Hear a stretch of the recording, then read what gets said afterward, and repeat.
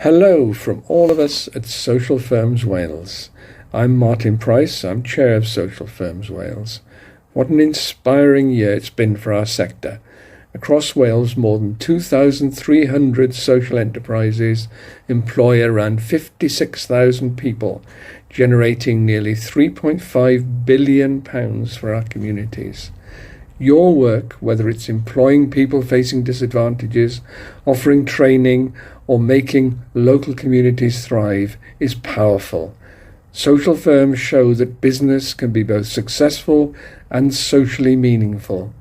At Social Firms Wales, we've seen members grow, innovate, and support real people every day.